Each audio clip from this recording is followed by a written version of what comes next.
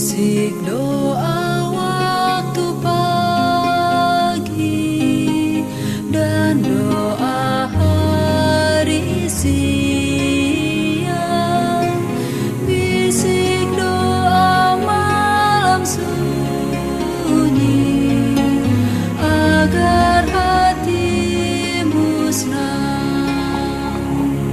Salam sejahtera untuk kita semua, Shalom. Waktu yang istimewa ini mari kita siapkan hati dan pikiran kita. Kita akan merenungkan kebenaran firman Tuhan. Sebelumnya mari kita minta tuntunan kuasa Roh Kudus, kita berdoa.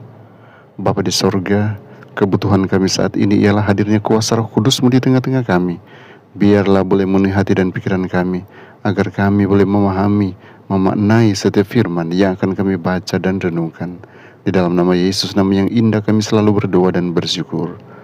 Amin. Renungan hari ini berjudul Mengatasi Insomnia.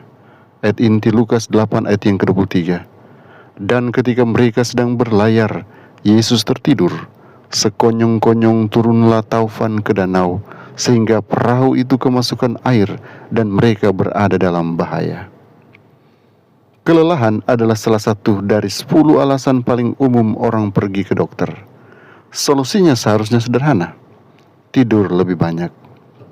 Namun yang mengejutkan, sebagian besar persentase orang yang lelah tidak dapat tidur, atau mereka terbangun setelah beberapa jam. Meskipun 34% orang lanjut usia mengeluhkan insomnia.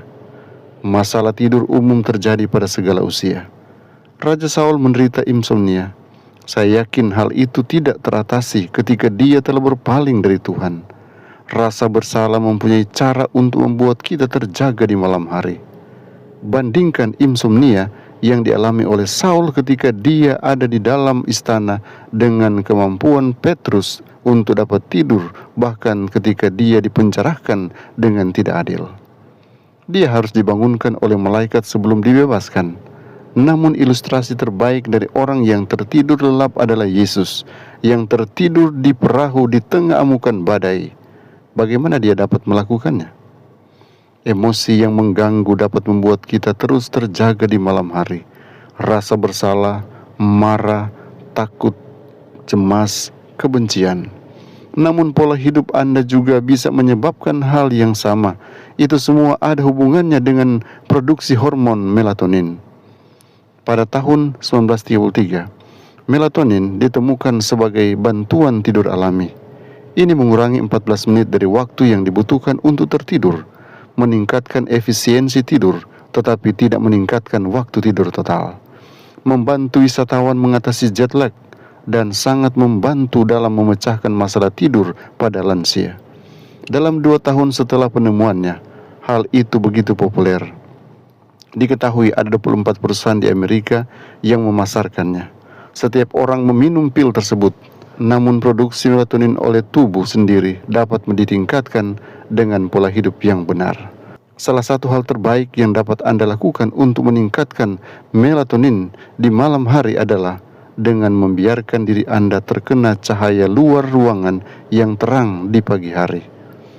Pada saat yang sama, jika ingin cepat tertidur, hindari lampu buatan yang terang. Tidurlah dalam kegelapan total. Dan cobalah untuk tidur sebelum tengah malam. 2 jam tidur nyenyak sebelum tengah malam bernilai lebih dari 4 jam setelah pukul 12.00. Olahraga juga meningkatkan melatonin. Anda juga mendapatkannya dalam makanan Anda.